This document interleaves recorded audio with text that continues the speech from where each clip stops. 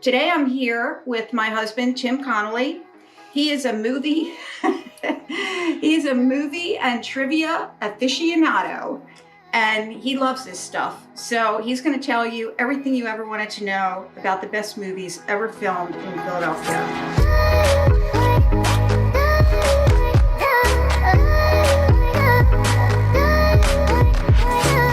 Ladies and gentlemen, if this is your first time watching one of our videos, I'd like to welcome you to the community. And if you're looking for a thorough deep dive into all things Philadelphia, well, you've come to the right place. So go ahead and subscribe below and tap on the bell for notifications so that you can stay up to date on the current market in Philadelphia. My name is Linda Dale, my husband, Tim Connolly. I am a lifelong resident here, born and raised in the Philadelphia area.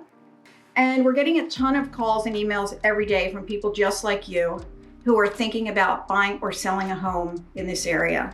And we're thrilled about that. We'd love to help you. We would love to connect with you. Pick up the phone, give us a call, shoot us a text, send us an email, or schedule some time on our calendar for a Zoom call.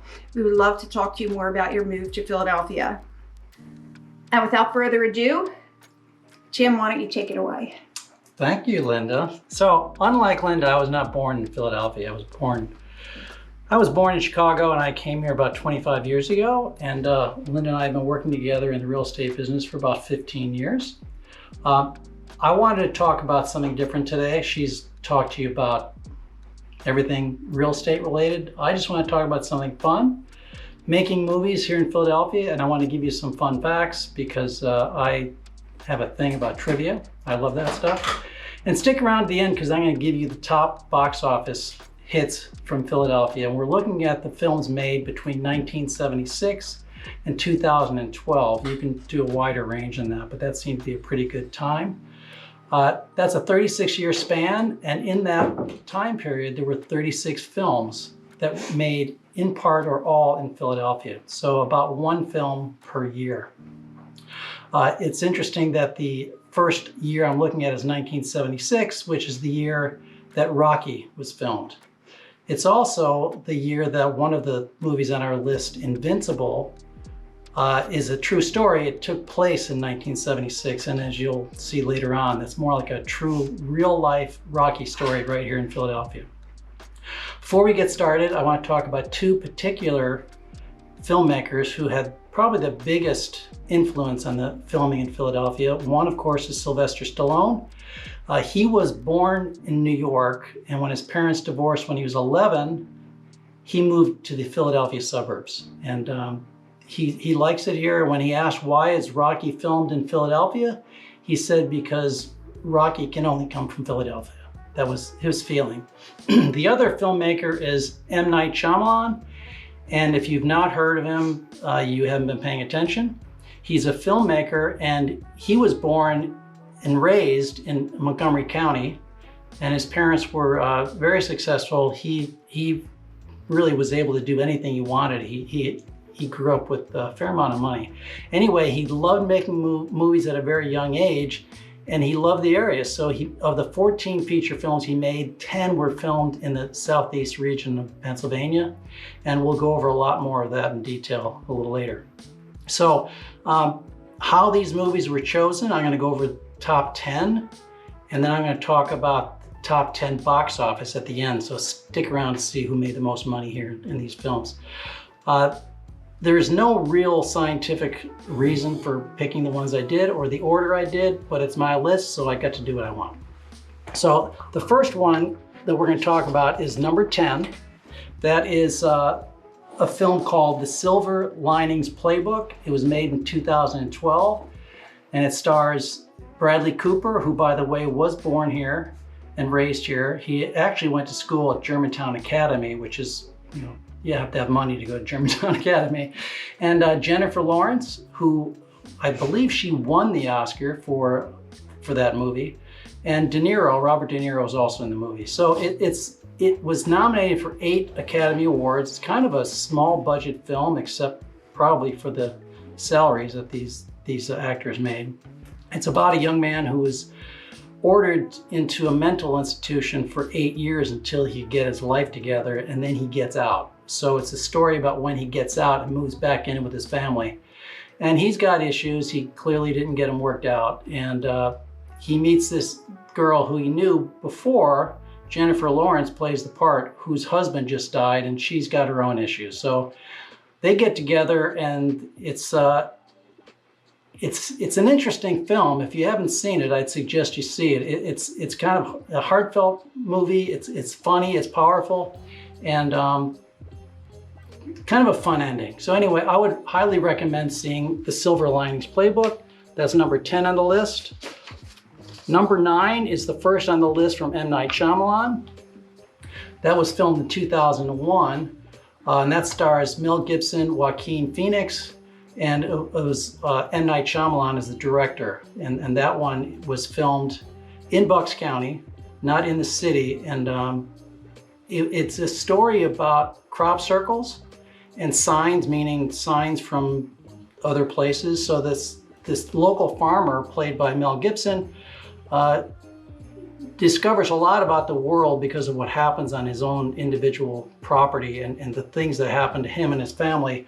It's kind of he makes a lot of films that are sort of like, they're not scary, but they keep you on the edge of your seat. And this is one of those films. It has to do with how he and his family relate to what's happened out on the field. So that's also a good movie. Number 8 is the only comedy on the list. And because of that, you can bet that it's a really good one. Number 8 is film 1983, Trading Places, with Eddie Murphy, Dan Aykroyd, Jamie Lee Curtis, Ralph Bellamy, and Don Amici. In my opinion, it's one of the best storylines for comedies. So what happens here, and it's a little older, if you haven't seen it, you may have trouble finding it, but it's really worth finding. The movie has to do with Billy Ray Valentine, who's played by Eddie Murphy, who's a small-time con man, spends most of his time between living on the streets and living in jail. And his counterpart, which is played by Dan Aykroyd, and his name in the film is Winthorpe. He is kind of a country club snob. He spends most of his time at the Union League Club and the Country Club, and it's he kind of plays up that part. So the owners of the company that Aykroyd works for, the Duke brothers, they have a wager. They believe they can make Billy Ray Valentine just as good of a trader as Dan Aykroyd if they flip the switch on him. So in other words, if they do something to Billy Ray, if they do something to Dan Aykroyd or Winthorpe, have him arrested and have him put in jail, see how he reacts, even with his upbringing. Is he going to turn into like a street thug just like Valentine? And can Valentine learn from them and do a really good job at trading for their business? So Aykroyd and Valentine realize that they've taken each other's place. They realize that it's all because the Duke brothers, and then the culmination at the end of the film is them getting revenge. It's a lot of fun. It's a really good storyline. And if you haven't seen it, I would suggest you go try and find it. So number 7, this is a very interesting movie. It's called 12 Monkeys. It was made in 1995. And if you think about what's happening today with the world, and you look at this movie made that long ago, it's really kind of interesting. So it's a science fiction film. It's about a time traveler who's a doctor, and that's played by Bruce Willis. Bruce Willis has a lot of movies that he's in Philadelphia. He's made a lot of movies here. It also includes Brad Pitt, who was nominated for an Oscar in this movie, Madeline Stowe, and it's a science fiction film about a single time traveler who is Bruce Willis, is coming back from 2035 because back in 1995, get ready for this, there was a killer virus that was killing everyone in the world. So everybody needed to go into these dark places, these communities they had underground, and let's just say they were quarantined. So they have this doctor who comes back to try and get a pure sample of the virus and bring it back with him so the scientists can so they can find a way to stop the virus. He'll go back and try and change the whole world based on what happened in 95 to 2035. So it's a lot of fun. Brad Pitt actually was nominated for an Oscar for this film. He plays a loony person in the movie. But it's really good, very exciting. I would suggest you get it. And it's science fiction as a way of either being like real life or vice versa. And this might have been a case that real life followed the film, followed art, I guess is what you say. Number 5 is Transformers 2: Revenge of the Fallen. It was made in 2009.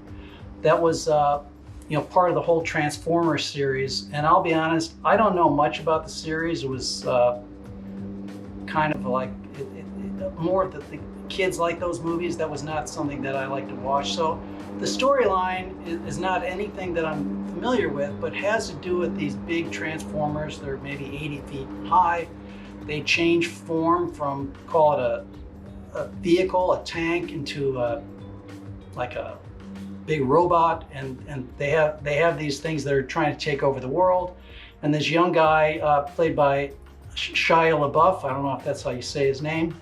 Sam Witwicky is his Witwicky is the character's name. So he's like college age, and a few years prior in one of the earlier Transformer films, he saved the world. Now he's got to do it again. So it's one of these movies that they blow up a lot of things, and there's a lot of loud noises and explosions and things like that. So if you like that thing, it was filmed not entirely in Philadelphia, and a lot of it's done on green screen, but they filmed a lot of the movie here in Philadelphia. Number 4, National Treasure, made in 2004. That was a movie with Nicolas Cage and Diane Kruger, and the story with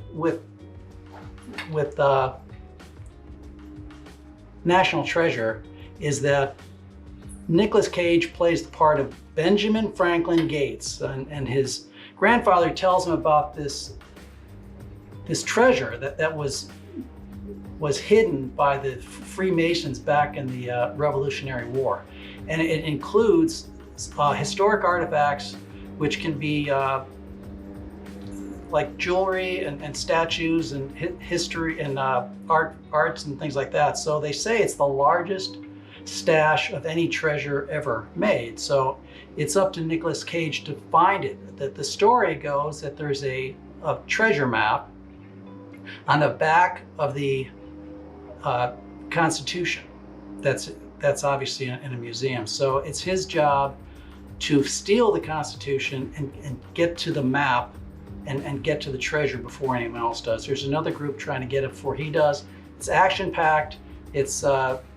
They have riddles throughout the way. He's got to solve where the treasure is, like any other good treasure hunt. So it's a good movie. I would recommend it. It's filmed a lot in Philadelphia because of the history of the city, and it's meant to be the history of this treasure map. Okay, the top 3. Number 3 of films filmed in Philadelphia is Philadelphia. So that was filmed in 1993, includes Tom Hanks, Denzel Washington, Antonio Banderas, and Jason Robards. It's a great cast, and it's a great story. It's about, put in contrast, this is Tom Hanks' first serious role. So prior to that, if you weren't aware, and 93 was getting to be pretty long ago now, everyone thinks that Tom Hanks is a serious actor with Apollo 13 and The Green Mile, Castaway, Private Ryan. Those are some of his serious roles. But prior to that, he was a comedic actor. And keep in perspective, the same year that Philadelphia came out, which was his first serious role, and I don't know if he won an Oscar, but he was certainly nominated, was the same year he made Sleepless in Seattle. So there's a difference in the type of films they have. But he won back-to-back Oscars. The first one he won was for Philadelphia, and the second one the next year was Forrest Gump. So he really changed his career when he started with this film. But the story behind this is Tom Hanks plays an attorney named Andrew Beckett, and he's a rising attorney, works for the largest, most powerful law firm in Philadelphia, and they fire him. They claim that he was incompetent. He claims it's because they discovered he had AIDS and they didn't want him in the office. So they got rid of him. So he wants to fight back. He can't find an attorney because nobody wants to work with him because he shows signs of having AIDS. So he's got these things on his face, and nobody wants to shake hands with him. Nobody wants to talk to him. But in the end, he does get an attorney played by Denzel Washington named Joe Miller. And Joe and he become good friends. And in the end, they win the first trial, and then you'll have to see what happens. But it's very powerful, very good movie. And again, I would highly recommend it. Two Oscar nominations were for songs, one by Bruce Springsteen, one by Neil Young, both of them called Philadelphia, and Springsteen did win the Oscar for that. Number 2 is The Sixth Sense, 1999, the very first big hit for M. Night Shyamalan. Again, Bruce Willis was in that film with Haley Joel Osment. A little bit more about M. Night Shyamalan. He grew up in Montgomery County. He went to Lower Merion High School, and if you never heard of that, that is where Kobe Bryant went. So it's not far from here. So this is an interesting story. The character played by Bruce Willis is a child psychologist, and there's a young boy that's having these nightmares. He's having trouble. So you find it as he's going to school, and throughout the day, Bruce Willis and he have these conversations about what's troubling him. And if you remember the phrase, "I see dead people," well, this is from that movie. So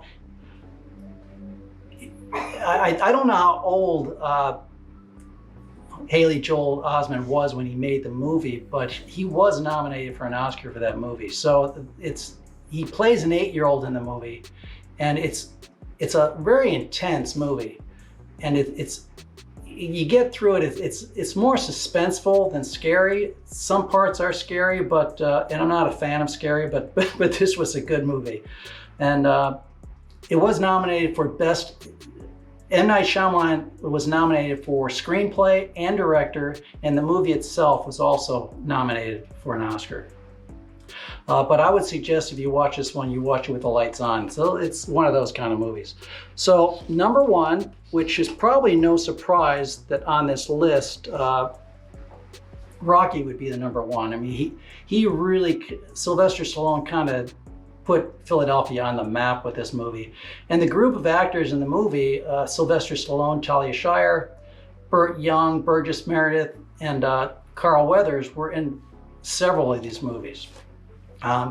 So if you look at the actors with the most films made in Philadelphia, all of them are on the top of the list. But you also have to look at Bruce Willis is in a lot of films, and Bradley Cooper was in a lot of films also, as was, surprisingly, Mark Wahlberg was in a lot of the films made in Philadelphia. So the story is about Rocky. I think everyone has seen it. It's just an iconic film. So in the story, you have Carl Weathers, who plays Apollo Creed. He's the heavyweight champ. He has a scheduled heavyweight bout on 4th of July in 1976, which was the 200th anniversary of America. Bicentennial was really big back then. Everything was bicentennial. So what happens is his challenger gets injured and can't fight. So the talk is, well, we've got to cancel the fight. Apollo Creed, who is a big marketing guy, says, I know, let's give a local boxer a chance at the title. And he has his whole plan laid out. And so they get there, and it's a chance for a local boxer to make good. And they discover Rocky's like a guy who fights in a lot of clubs. So they give him a chance to fight him. So Apollo Creed says it's just an exhibition, no big deal, but no one told Rocky. He thinks this is his shot at the title. He's got one shot, this is it. So if you haven't seen the fight, it's really a lot of fun. And it's just the beginning of many films with the whole Rocky series after that. So it's a must-see, and I wanted to also share with you the top grossing films that were made in Philadelphia. So starting with number 10 is the first one on our other list, which is Silver Lining Playbook. That one grossed $236 million. The next one is the first of the M. Night Shyamalan films called After Earth.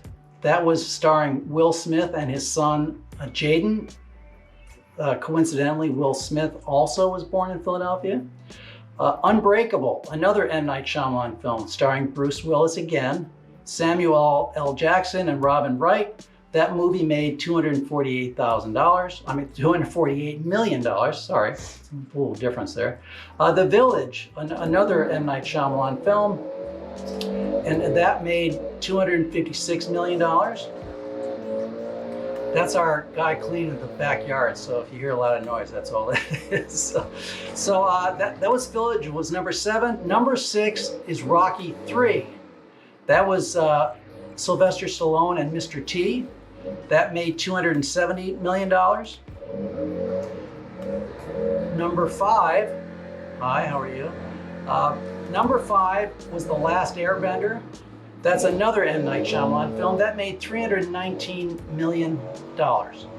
Number 4 on the list, just like it was number 4 on the other list, National Treasure.